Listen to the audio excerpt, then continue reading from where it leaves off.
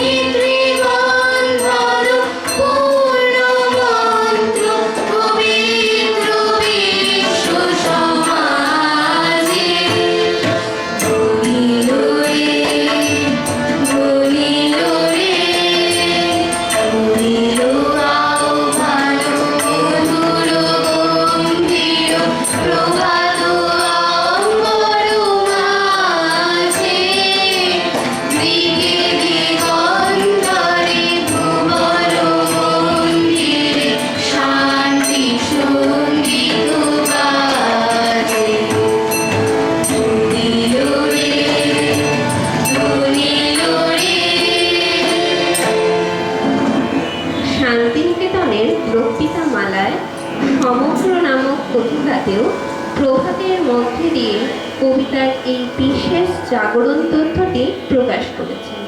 এই প্রাতকালে যিনি জাগালেন তিনি আমাদের সব দিক দিয়েই জাগালেন। এই যে আলোকটি ফুটে পড়েছে, এ আমাদের কর্মের ক্ষেত্রেও আলো দিচ্ছে, জ্ঞানের ক্ষেত্রেও আলো দিচ্ছে, সৌন্দর্যের ক্ষেত্রেও আলোকিত করছে। মনুষ্যত্ব প্রবন্ধে একটি ফুলের উদাহরণ দিয়ে কবি বলেছেন যে ফুলকে সকালবেলা বলতে হয় না রজনী প্রভাত হলো, অতি অনায়াসে বিশ্বজগতের আনন্দকে বর্ণে গন্ধে বিকশিত করিয়া মাধুর্যের দ্বারা নিখিলের সহিত কমনীয়ভাবে সম্বন্ধ স্থাপন করিয়াছে।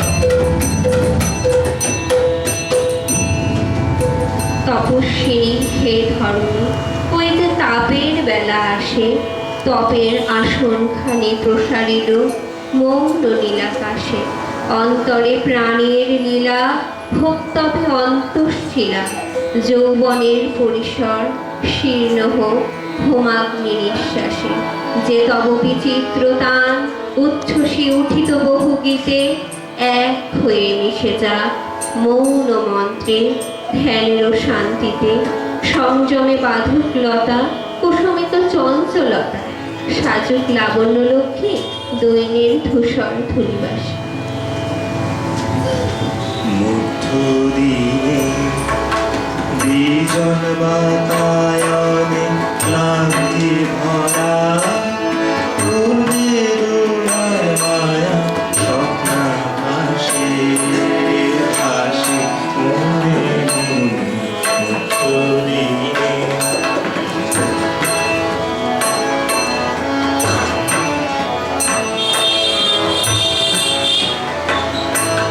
কিশোরী বিশালাজ কানাগানে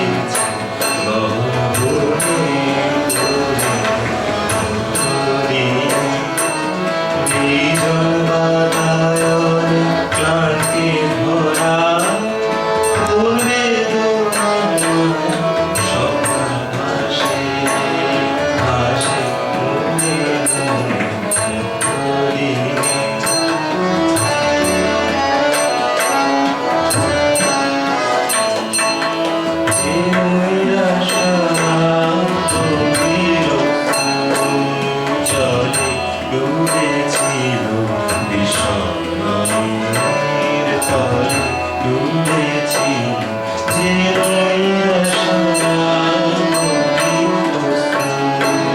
জলে ডুবেছিল বিষণ্ণের তলে ডুবেছিল আজ কেন সেই কোন বুদ্ধির বাসে উচ্ছ্বসিল মধুর নিঃশ্বাসে আজ কেন সেই কোন বুদ্ধির বাসে উচ্ছ্বসিল মধুর নিঃশ্বাসে সারা বেলা তখন ছায়া ছায়ায় গুঞ্জরি ওঠে ক্ষণে ক্ষণে এই জন্মাতারণে ক্লান্তি ভরা ঘুমের স্বপ্ন ভাসে ভাসে মনে মনে নাই নাই নাই যে বাকি সময় আমার শেষের প্রহর পূর্ণ করে দেবে নাকি বারে বারে কারা করে আনা গোনা কোলাহলের সুরটুকু আর যায় না শোনা ক্ষণে ক্ষণে গানে আমার পড়ে থাকে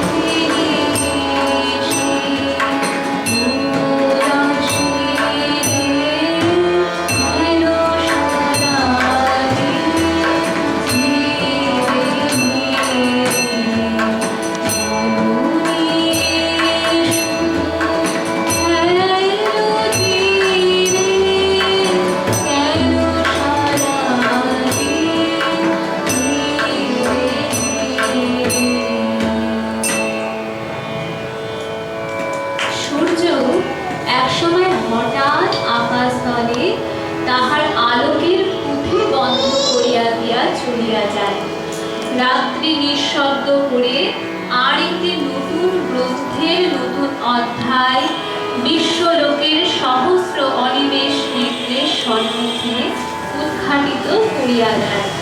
ইহা আমাদের পক্ষে সামান্য ব্যাপার নহে। এই অল্পকালের পরিবর্তন কি বিপুল, কি আশ্চর্য, কি অনায়াসে মুহূর্ত কালের মধ্যে বিশ্ব সংসার ভাব হইতে ভাবান্তরে পদার্পণ করে। অথচ মাঝখানে কোনো বিপ্লব নাই, বিচ্ছেদের কোনো তীব্র আঘাত নাই। একের অবসান ও অন্যের আরম্ভের মধ্যে কি স্নিগ্ধ শান্তি, কি সৌম্য সৌন্দর্য।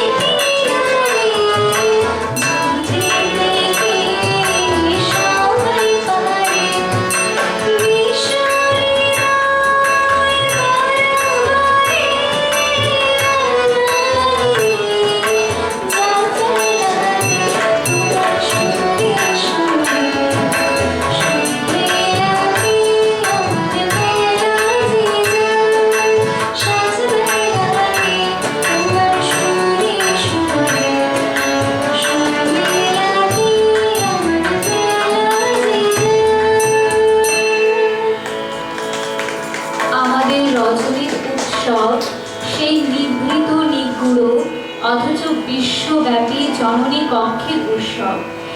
এখন আমরা কাজের কথা ভুলি, সংগ্রামের কথা ভুলি, আত্মশক্তি অভিমানের চর্চা ভুলি।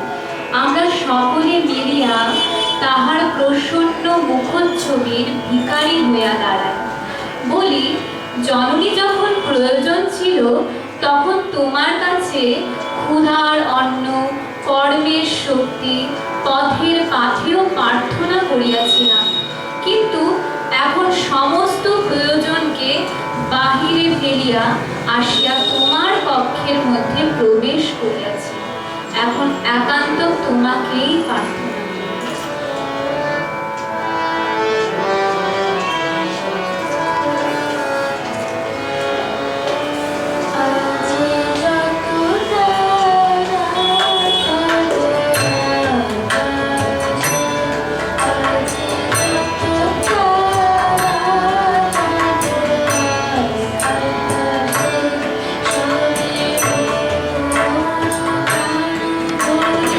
Oh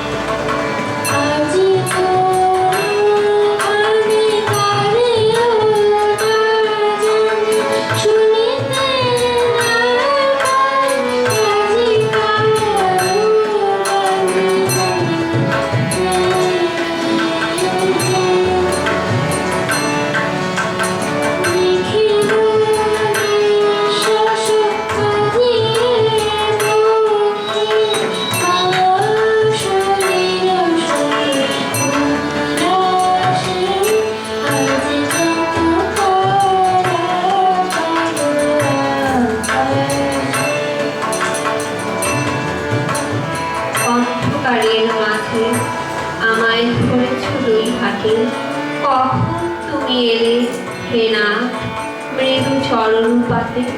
ভেবেছিলেন জীবন স্বামী তোমায় বুঝে হারাই আমি, আমায় তুমি হারাবে না বুঝেছি আজ রাতে।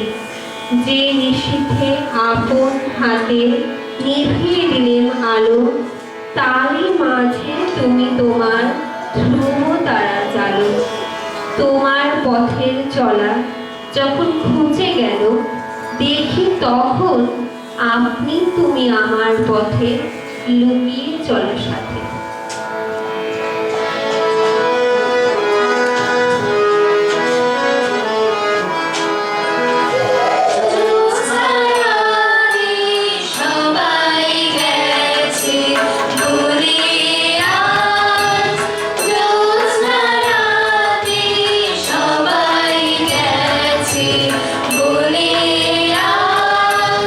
বসন্তের মাতার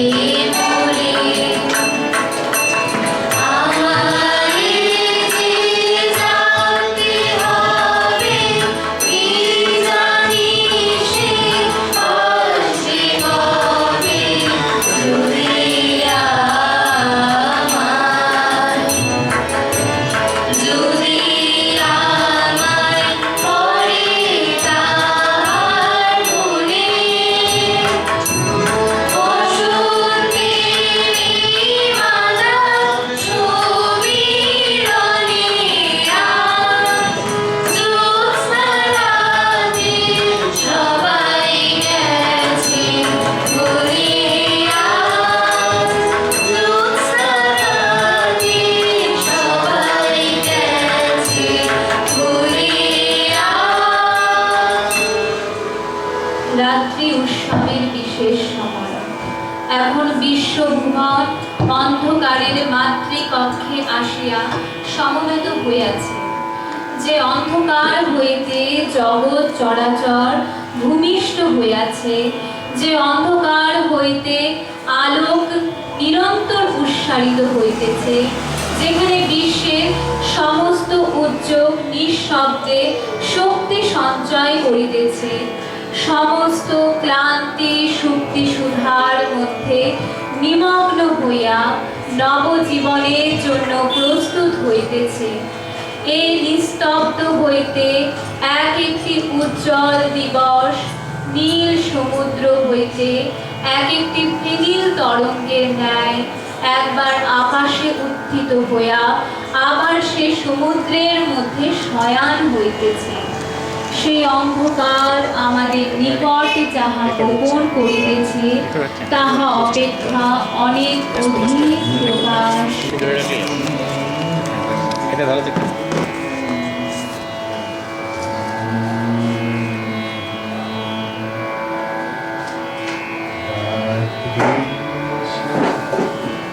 যেথায় মিশে দিনের পারবারে তোমায় আমায় দেখাবো সেই মহান যেথায়